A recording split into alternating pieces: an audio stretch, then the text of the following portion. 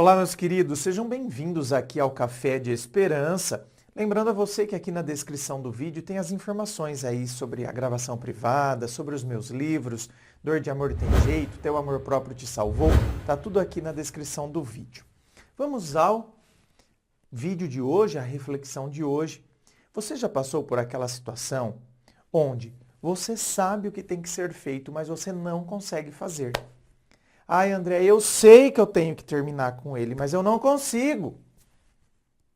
André, eu sei que eu tenho que fazer determinada coisa, mas eu não consigo fazer.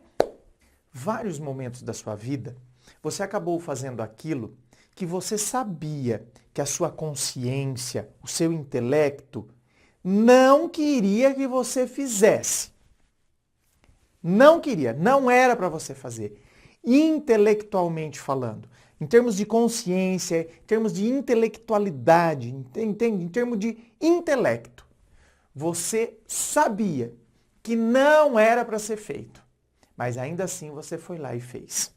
Para tentar elucidar, um processo que pode acontecer aí, entre as muitas teorias do pensamento sobre isso, eu destaco aqui um filósofo chamado Schopenhauer. Schopenhauer, ele disse o seguinte: a vontade é um cego robusto que carrega um aleijado que enxerga. A vontade é um cego robusto, certo? Então ele é forte. Tá aqui uma imagem para vocês poderem visualizar isso. É um cego robusto que carrega um aleijado que enxerga. Essa teoria de Schopenhauer sobre a vontade é o que deu embasamento para que Freud desenvolvesse a teoria sobre o inconsciente. Certo? Então, o que Schopenhauer está chamando de vontade é o que hoje, popularmente, a gente chama do inconsciente. São todas aquelas coisas que estão ali, dentro de nós, e a gente às vezes nem tem consciência, mas elas são muito fortes. É igual a pessoa que ela foi criada, deixa eu dar exemplos para você entender, porque às vezes a teoria fica muito confusa. Aquela pessoa que ela foi criada num ambiente um tanto quanto tóxico, uma família disfuncional, desequilibrada, e aí aquela criança, ela cresceu ouvindo sempre muitas cobranças. Muitas cobranças. E sempre muitas críticas. A criança nunca ouviu um elogio. Então a criança sempre internalizou: você não serve nem para lavar uma louça, você não serve nem para varrer uma casa. E quando ela estudava, por exemplo, e chegava feliz em casa: mãe, olha, eu tirei 10, você não faz mais do que obrigação. Ei, menina, era só que me faltava. Você só estuda e ainda vai não ter, se não tirar nota, eu te bato. Então foi nesse ambiente que essa criança cresceu. Aí ela se tornou adolescente, depois se tornou adulta, e aí ela esquece isso tudo. E ela não consegue fazer a conexão de que esse cego robusto, que é tudo isso que aconteceu com ela, é que na verdade está guiando ela. Só que ele é cego, ele vai esbarrando em tudo, ele vai, entendeu? E ele está carregando um aleijado que enxerga, então que é bem pequenininho. Então, o aleijado, ele pode até falar, vai por ali. Só que o cego é tão forte, ele é tão cheio de... que ele mal escuta o que o aleijado está dizendo. E ele vai seguindo as suas próprias vontades. Então, é mais ou menos isso. O inconsciente é essa coisa enorme. E a nossa parte consciente é a parte mais menorzinha. É a parte menorzinha. Então, muitas vezes, o que acontece? Por exemplo, essa criança que cresceu nesse ambiente, ela nem percebe porque hoje ela é tão perfeccionista desse jeito. Por que ela se cobra tanto? Por que qualquer coisinha que ela faça de errado, ela se pune? Ela não admite. Ela tem raiva dela mesma. Ela não percebe que é essa manifestação do inconsciente, essa força enorme que está fazendo isso. Ela sabe que ela não deveria ser assim. Ah, mas eu não consigo. Eu sou desse jeito, eu me puno. Por quê? Porque esse cego robusto está passando por cima. Ela sabe que ela não deveria ser desse jeito. Ela sabe que isso faz mal para ela.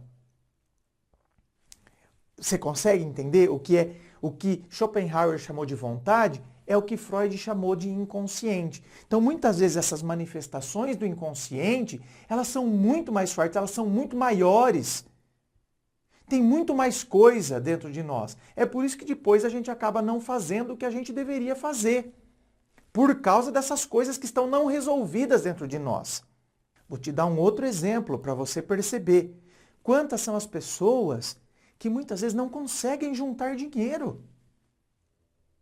Por mais que ela ganhe.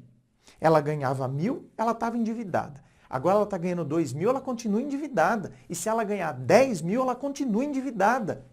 Porque as dívidas dela são proporcionais aos ganhos. A dívida é proporcional aos ganhos. Ela não fica com dinheiro nunca. Ela se endivida cada vez mais. E ela vive sofrendo em relação a isso. Quando muitas vezes você vai analisar essa pessoa, você descobre uma pessoa que tem esse cego robusto dentro dela, e essas manifestações inconscientes, é aquela pessoa que sempre ouviu coisas negativas sobre dinheiro. O dinheiro corrompe, onde tem dinheiro tem falsidade. A pessoa que tem dinheiro é orgulhosa, é metida. As pessoas só mantêm a amizade enquanto não mexeu com dinheiro. A hora que mexe com dinheiro, a hora que colocou dinheiro no meio, vira inimizade. É um matando o outro. É mais fácil um camelo passar no buraco de uma agulha do que um rico entrar no reino dos céus. Então, muitas vezes, exalta-se a pobreza e aí você vilaniza a riqueza. Como se o fato da pessoa ser rica a torna uma pessoa má. Então, muitas vezes são essas crenças que estão dentro de você. E é isso que impede você de ficar com dinheiro. Olha que coisa. Conscientemente você acha que você quer dinheiro. Como que eu não quero dinheiro? Todo mundo quer dinheiro. Eu quero ter dinheiro. Eu não quero... Só que você não consegue enxergar as manifestações inconscientes dentro de você que te impedem de ter o dinheiro, por causa de toda essa imagem negativa que você tem do dinheiro. O mesmo raciocínio se aplica a quem tem uma imagem negativa de relacionamento, por isso que a pessoa não consegue um relacionamento saudável, porque ela tem uma imagem negativa de relacionamento. O mesmo raciocínio se aplica às pessoas que têm uma imagem negativa de si mesmas, não se valorizam, não percebem, né, o potencial e o valor que elas têm, o que de fato elas merecem e o que elas não merecem. Por isso que elas entram dentro de relacionamentos furados, relacionamentos tóxicos, doentios, de dependência emocional e assim por diante. Tá, e para finalizar então, o que a gente tem que fazer, meu Deus do céu, André? O que eu faço para controlar esse cego robusto? Se quisermos sofrer menos, ou seja, a gente pode amenizar. Ou como dizia Kant, é impossível uma vida sem sofrimento, mas nós podemos amenizá-lo pelo uso da razão. Certo? Kant já falou isso também. Mas Schopenhauer fala que se a gente quiser, então, sofrer menos, a gente precisa diminuir esses impulsos da vontade. A gente precisa controlar esse cego robusto. Ah, tá, André, e como que eu controlo isso? A vontade, meus queridos, é como a musculatura. Ela precisa ser exercitada. E é óbvio, tá? Óbvio. Muitas vezes você vai precisar de o auxílio de um profissional, de um psicólogo, de um filósofo clínico, para que você possa, através do processo terapêutico, através da terapia, você possa descobrir esses mecanismos que estão ocultos aí. Você possa descobrir onde está toda a força desse cego robusto. Certo? Para que você possa ir desmontando, fazendo com que ele vá ficando um pouco mais fraco, porque quando você enxerga onde estão esses músculos desse cego robusto, fica mais fácil. Mais fácil. Quando você percebe onde estão, por exemplo, igual essa pessoa que é totalmente perfeccionista hoje, quando ela entende todos esses processos psíquicos que aconteceram na infância dela, na adolescência, e quando através do processo terapêutico ela começa a quebrar com isso. Ela quebra com essas cristalizações que ficaram aqui, enraizadas dentro do seu próprio ser. E aí, então, a partir dessa quebra do uso da razão, olha o que Kant falou, tem como eu não sofrer, mas eu posso amenizar o sofrimento fazendo uso da razão. Eu analisando através do autoconhecimento, por isso que muitas vezes eu preciso de uma ajuda profissional, eu vou quebrando com isso. E assim eu vou deixando de ser essa pessoa perfeccionista, porque eu entendi o que aconteceu. E eu começo a desmistificar esses aspectos que até então talvez eu nem soubesse que eles tinham tanta relevância em mim. É aí que eu começo. E aí que entra essa questão que eu dei o exemplo da musculatura. Então, primeiro, se eu descobrir todo esse processo, se eu descobrir as causas do porquê, então, eu tenho determinado comportamento hoje, aí entra onde eu vou, então, controlar essa vontade. Vou diminuir a força desse cego robusto através da vontade. A vontade precisa que eu exercite. Né? Então, eu sei o que tem que ser feito e agora eu preciso ter vontade de fazer isso. E eu preciso exercitar essa vontade, dia após dia. É igual à musculatura. Eu, quando vou para a academia, vou treinar peito, eu preciso treinar. Se eu quero ter o peito, eu preciso treinar peito. Se eu quero ter bíceps, eu preciso treinar o bíceps. O bíceps está aqui é o tríceps. Se eu quero treinar o bíceps, preciso treinar o bíceps. Perna, mesma coisa. Eu tenho que ter treino e tenho que ter disciplina. Então, aqui entra agora uma frase que eu costumo dizer: quem tem um porquê sempre encontra um como. É nessa hora que você foca então no porquê. Porque eu não quero continuar entrando num relacionamento com uma pessoa que é indisponível. Eu não quero entrar num relacionamento onde a pessoa já seja comprometida. Eu não quero entrar num relacionamento onde o cara desde o início já falou que não queria nada sério. Eu não quero entrar num relacionamento que desde o início o cara me tratou como um objeto sexual. Quem tem um porquê encontra um como. E como que eu não entro nesses relacionamentos, André? Quando eu vejo, já estou envolvida. Quem tem um porquê. Porque eu sou eu. Onde está o seu valor?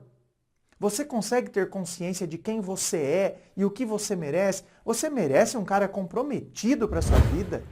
Você merece um cara que desde o início diz que não quer nada sério, quando você, na verdade, está buscando algo sério?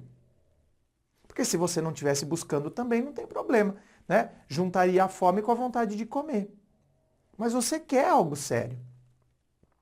Quem tem um porquê, quais são os seus porquês? Quem tem um porquê, encontra um como. Como que eu vou fazer? Como que eu vou conseguir? Quem tem um porquê, encontra um como. Não se esqueça disso. Inscreva-se, fico aqui aguardando a sua inscrição. Se você curtiu, dá o seu joinha, compartilhe com suas amigas, hein? Seus amigos. Tem muita gente aí que sabe o que tem que ser feito, mas não faz o que deveria fazer. Hein? E não sabe que tem todos esses processos psíquicos por detrás disso. Muito obrigado, um beijo e até!